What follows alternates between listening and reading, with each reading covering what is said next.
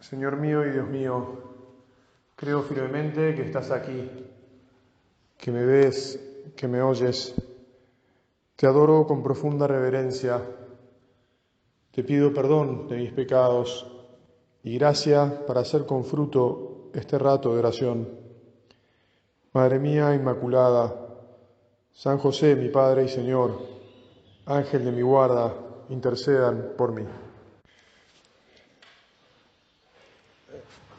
Tenemos que avanzar de alguna manera, o mejor dicho, rápidamente, por las enseñanzas de nuestro Señor, porque el retiro no nos permite tocar todos los temas. Y te voy a llevar directamente a la última cena, pero vamos a enfocarnos en el relato de San Juan, que, como probablemente recuerdes, no relata la institución de la Eucaristía, porque ya él tenía a la vista los otros evangelios, y entonces en el lugar donde el resto de los evangelistas cuentan la institución de la Eucaristía, él pone este relato. Habiendo llegado su hora, la hora de pasar de este mundo al Padre, Jesús, que había amado a los suyos que quedaban en el mundo, los amó hasta el fin. Con esta introducción un poco solemne, dice a continuación: cuando el demonio ya había inspirado a Judas, durante la cena, el propósito de entregarlo, sabiendo Jesús que el Padre había puesto todo en sus manos, que Él había venido de Dios y que volvía a Dios, se levantó de la mesa, se sacó el manto y tomando una toalla se la ató a la cintura. Luego echó agua en un recipiente y empezó a lavar los pies a los discípulos y a secárselos con la toalla que tenía en la cintura.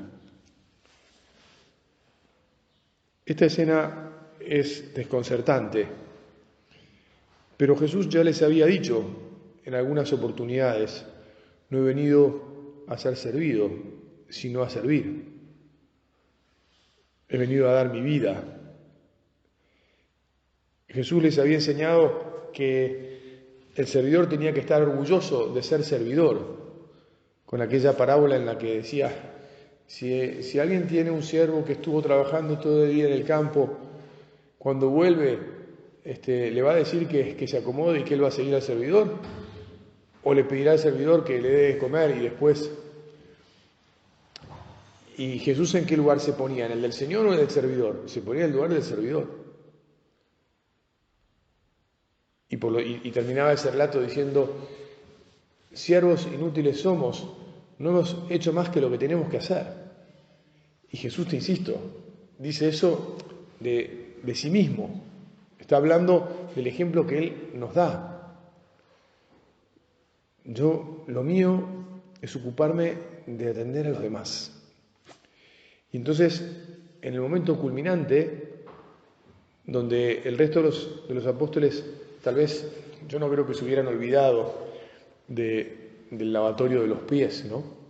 Pero tal vez por narrar la pasión y por ocuparse efectivamente de la institución de la Eucaristía, absolutamente esencial dentro de todo lo que sucede esa noche, habían dejado de lado esto que no es precisamente un detalle, ¿no? Eso que acabamos de leer que Jesús hizo. Fíjate lo importante de la enseñanza, que Simón Pedro no quiso saber nada con la posibilidad de que su maestro le lavara los pies. Es decir, no era algo habitual, no era algo esperable. Como tal vez hoy en día nosotros nos damos cuenta, en aquel entonces no era esperable porque el maestro era bien importante y todo el mundo entendía que a las personas importantes, bueno, uno le tenía que prestar. Era un honor prestarle los servicios a las personas importantes. Hoy, en el mundo en el que vivimos, nadie pretende prestarle servicios a nadie. En todo caso, alguno así rebuscado, perdón la expresión, medio chupamedias para obtener beneficios. Pero descuidar que si no piensa que va a obtener algún beneficio, que alguien quiera realmente ser servicial, con sinceridad de corazón. En cualquier caso, cuando se acercó a Simón Pedro, éste le dijo: «Tú, Señor, ¿me vas a lavar los pies a mí?». Jesús le respondió: «No puedes comprender ahora lo que estoy haciendo, pero después lo comprenderás». Y Pedro le dijo: no, tú jamás me lavarás los pies a mí. O sea, esto yo no lo voy a permitir. No está dentro de lo que puede resistir lo que yo siento por vos y el respeto que me mereces. Pedro todavía no había comprendido. Jesús, haciendo esta tarde la oración, te pedimos que nos ayudes a comprender qué es lo que nos enseñas. Te pedimos que nos ayudes realmente a meternos en tu corazón y a captar hasta dónde llega tu amor y cuál es la calidad, la hondura de tu amor. Para que en nuestra vida, en todo lo que hagamos, lo que verdaderamente haya sea tu deseo de servicio, de entrega a los demás, de generosidad. Jesús le respondió: «Si yo no te lavo, no podrás compartir mi suerte». Entonces, Señor, le dijo Simón Pedro, no solo los pies, sino también las manos y la cabeza. Ya ves cómo, nos pasa a nosotros, cada uno tiene su personalidad, y evidentemente Pedro era un poco así lanzado, atolondrado por ahí, y por ahí nosotros no exactamente eso, pero nos pasa que damos bandazos cuando no conseguimos conectar bien con el Señor, damos bandazos, ¿viste? De un lado para el otro. Porque entonces Jesús también le tiene que decir: el que se ha bañado no necesita lavarse más que los pies, porque está completamente limpio, tranquilo, ¿no? Hace referencia en este caso a Judas, porque le dice: ustedes están limpios, aunque no todos. Y San Juan anota: él sabía quién lo iba a entregar. Y entonces después, fíjate, no solo ya el hecho, porque todos se quedaron boquiabiertos. Todos, algunos antes que Pedro y otros después que Pedro, vieron cómo Jesús le lavó los pies. Podemos pensar que también incluso le besó los pies. Lo secó con la toalla que tenía en la cintura. Después dejó la palangana, se volvió a incorporar, se volvió a vestir, se reincorporó a la mesa en el lugar que le tocaba. Y entonces volvió a enseñarles y les dijo: ¿comprenden lo que acabo de hacer con ustedes? Ustedes me llaman maestro y señor, y tienen razón, porque lo soy. Si yo, que soy el Señor y el Maestro, les he lavado los pies, ustedes también deben lavarse los pies los unos a los otros. Él estaba en esta reunión íntima con los 12, con los que habían sido elegidos y designados para formar y ocuparse de todos los demás discípulos, para ser especialmente ejemplares. Tenían que quedarle las cosas muy claras. Ustedes están acá no para ser más que nadie, sino para servir a todos. Yo los elegí, les he dado todos estos dones, los he tenido íntimamente conmigo en todo momento. Hemos comido, hemos charlado, hemos viajado.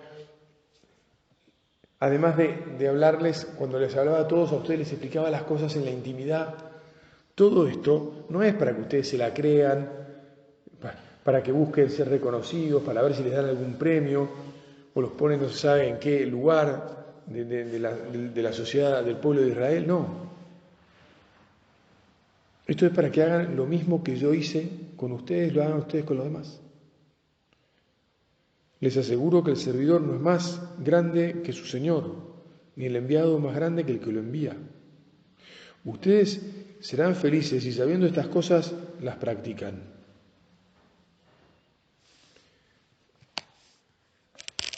Jesús, de vuelta, insistimos entonces, ayúdanos a entender que tenemos que servir, que la vida de los que te siguen es una vida de servicio, que tenemos que tener un corazón grande y generoso, que tenemos que pensar en los demás y pensar en hacer fructificar tus dones, aunque nos cueste y nos costará. ¿Te acordás de la parábola del juicio final que de algún modo podemos pensar complementa esta enseñanza que acabamos de escuchar? Jesús les dice que cuando venga el juez dirá a unos que pondrá a su derecha: vengan benditos de mi Padre y reciban en herencia lo que el reino que les fue preparado desde el comienzo del mundo. ¿Y te acordás por qué los pone a su derecha? Porque tuve hambre y me dieron de comer, tuve sed y me dieron de beber, estaba de paso y me alojaron, desnudo y me vistieron, enfermo y me visitaron, preso y me vinieron a ver. De vuelta, yo suelo decir esto, anuncio publicitario. Qué bueno es cuando en una casa hay una habitación de huéspedes. Y qué bueno es cuando los huéspedes que pasan por esa habitación no son los que después nos van a también invitar a nosotros o a nuestros hijos, sino que tal vez sea alguien que necesita, simplemente que necesita, que es un extraño o medio extraño, pero que por un motivo X nos enteramos y lo invitamos, y lo recibimos, y abrimos nuestro hogar. Como cuando el Papa ya Juan Pablo II para Navidad promovía que las familias, allá en Italia por lo menos, recibieran a un barbone. Un barbone son las personas que viven en la calle, y le hicieran pasar la Nochebuena con ellos. Para lo primero que había que hacer era llevarlos al baño, entregarles el baño y hacerlos bañar, digamos, ¿no? Y después acomodarlos y llevarlos a la iglesia, compartir con él la celebración de la misa y después la celebración en la casa, invitándolo a comer. Bueno, no es la única manera, claro está, de visitar al que necesita ser visitado o de dar de comer al que necesita alimento, pero como cristianos tenemos que transmitir esto, primero vivirlo. Y acordate de una cosa muy importante: nadie puede vivir la caridad si no vive la justicia. La segunda encíclica de Benedicto fue Caritas in Veritate. Es una encíclica de doctrina social de la Iglesia, cuyo planteo es justamente este. La caridad primero necesita el respeto de la justicia.